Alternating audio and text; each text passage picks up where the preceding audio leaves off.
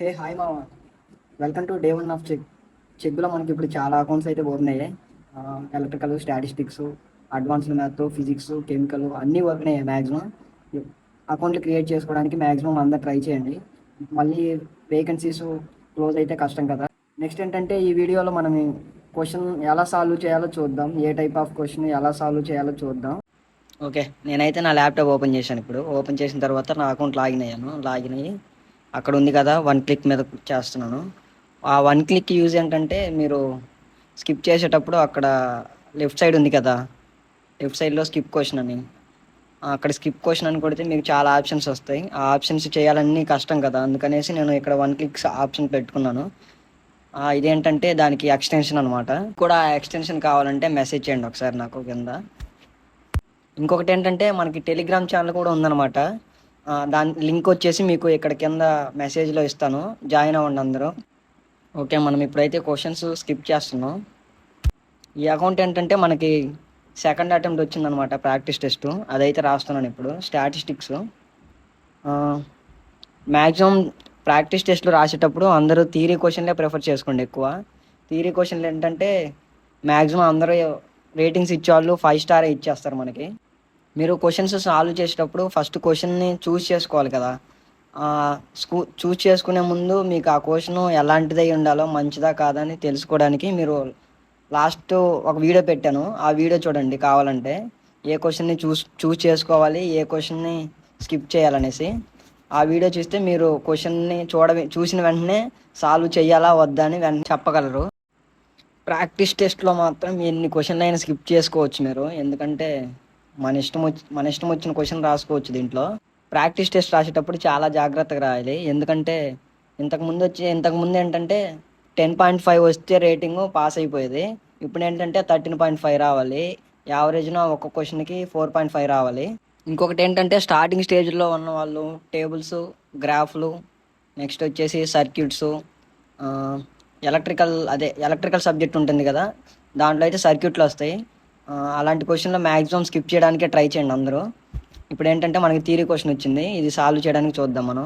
Show text అని ఉంది చూడండి, అక్కడ నొక్కితే మనకి కింద అది టోటల్ ఆ క్వశ్చన్ అయితే మనకి డిస్ప్లే అవుతుంది. దాన్ని మొత్తం కాపీ చేయండి, Ctrl+C. నెక్స్ట్ ఇక్కడ దానికి రిలేటెడ్గా ఉండే టాపిక్స్ పెట్టాలి. అక్కడ స్టార్టింగ్లో వచ్చినవి పెట్టండి, పర్లేదు, ఏవి పెట్టినా పర్లేదు స్టార్టింగ్లో ఉండేవి. ఇప్పుడు ఏంటంటే ఆ క్వశ్చన్ కరెక్టో కాదని నేను చూసుకోవాలి కదా. రెండు పక్కన స్టార్ట్ సాల్వింగ్ కొట్టేసి పక్కన పెట్టి టాలీ చేస్తున్నాను. అది ఎందుకు టాలీ చేసుకోవాలంటే ఒక్కోసారి కాపీ మనకు సరిగా అవ్వదు, అందుకే కరెక్ట్ చూసుకోవాలి. అక్కడ ఉన్న క్వశ్చన్కి మనం కాపీ చేసిన క్వశ్చన్కి కరెక్ట్గా ఉందా లేదా అనేసి. ఏబిసి 3 ఉన్నాయి కదా, 3 క్వశ్చన్లు అక్కడక్కడ మెర్జ్ అయి ఉంటాయి, దాన్ని సైడ్ చేసుకోవాలి. అక్కడ జడ్డు పక్కన డిస్ట్రిబ్యూషన్ అనేది దాని పక్కన యాడ్ అయిపోయింది, స్పేస్లు ఇచ్చుకోవాలి. కాపీ అనేది సరిగ్గా అవ్వదు, మీరు కరెక్ట్గా ఇక్కడ చేసి పేస్ట్ చేసి అక్కడ కరెక్ట్గా ఉందో లేదో చెక్ చేసుకోవాలి.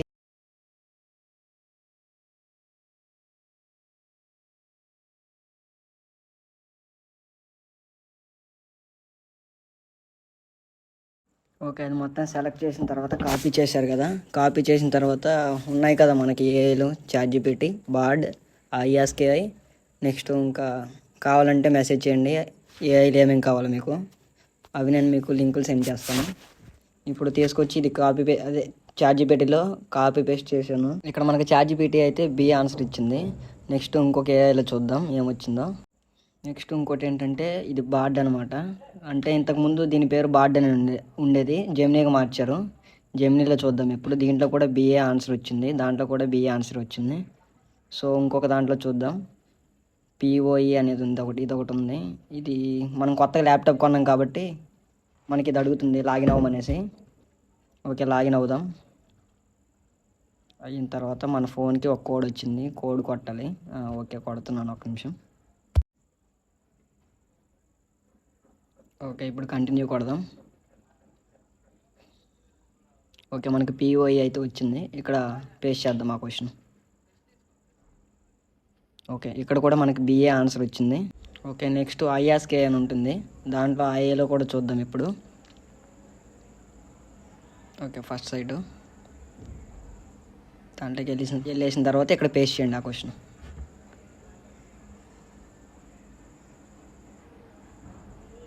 చూడండి లాస్ట్కి వెళ్ళండి ఒకసారి. దీంట్లో కూడా మనకు ఆన్సర్ బిఏ వచ్చింది లాస్ట్లో, చూడండి ఒకసారి. ఓకే, ఇదే కరెక్ట్ ఆన్సర్ అనమాట. ఇప్పుడు ఏదో ఒక ఏఐలో తీసుకొని కాపీ చేయండి. కాపీ చేసిన తర్వాత ఇక్కడికి వచ్చేసి ఆన్సర్ అని పైన రాయండి. పైన రాసిన తర్వాత మనకి అది బోల్డ్లో కనపడాలంటే కంట్రోల్ బీ చేసేయండి ఆన్సర్ని. కంట్రోల్ బీ చేస్తే అది బోల్డ్లోకి మారుతుంది.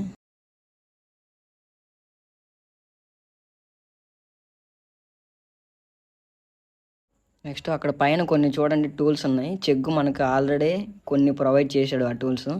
ఆ టూల్స్ ఏంటంటే ఇక్కడ x² అని ఉంది చూడండి అక్కడ. దాంట్లో LARR అని కొడితే లెఫ్ట్ ఆరో వచ్చిద్ది.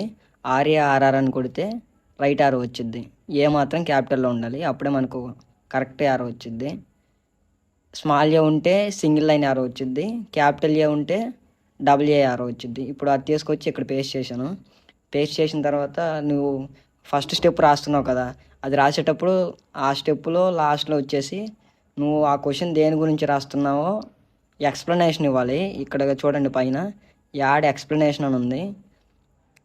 ఆ ఎక్స్ప్లెనేషన్ ఆ స్టెప్లో ఏం చేసావో ఆ ఎక్స్ప్లెనేషన్ బాక్స్లో నువ్వు అది పెట్టాలన్నమాట. ఇప్పుడు ఏంటంటే మనం ఫస్ట్ స్టెప్లో ఏం చేసామనేది ఆ ఎక్స్ప్లెనేషన్ బాక్స్లో పెడతాను, చూడండి ఒకసారి.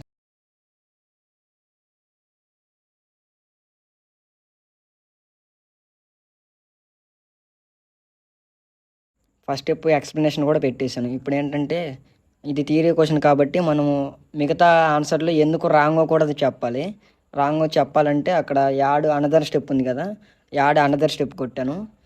ఇప్పుడు ఏం చేస్తానంటే వై అదర్ రాంగ్ అని అడుగుతాను. ఇప్పుడు అది ఆన్సర్ ఏమి ఇచ్చిందో చూద్దాం. ఓకే, ఇక్కడ సెర్చ్ చేస్తున్నాను వై అదర్ రాంగ్.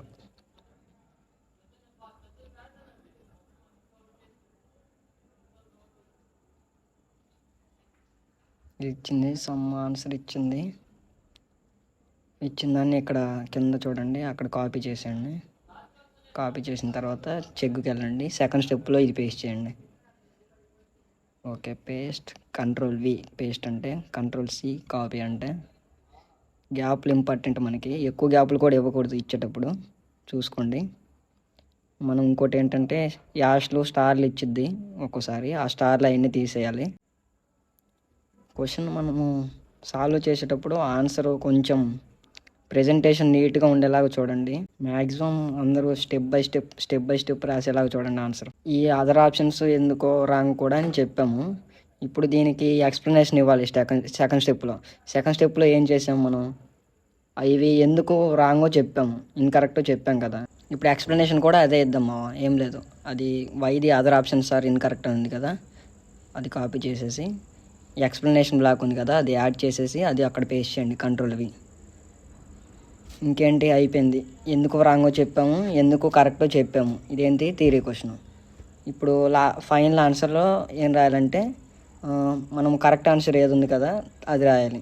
చెప్పాను కదా ఫైనల్ ఆన్సర్ ఏమి ఇవ్వాలో, కరెక్ట్ ఆప్షన్ ఏదైతే అది ఇవ్వాలి.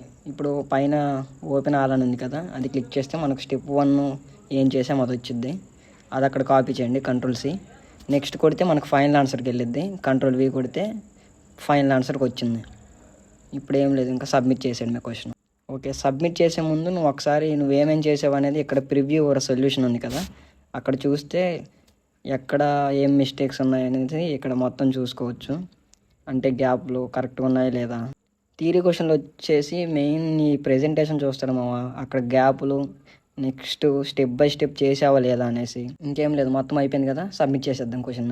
ఓకే, కంటెంట్ కానీ నచ్చితే ఒక లైక్, షేర్, సబ్స్క్రైబ్ చేయండి మామ.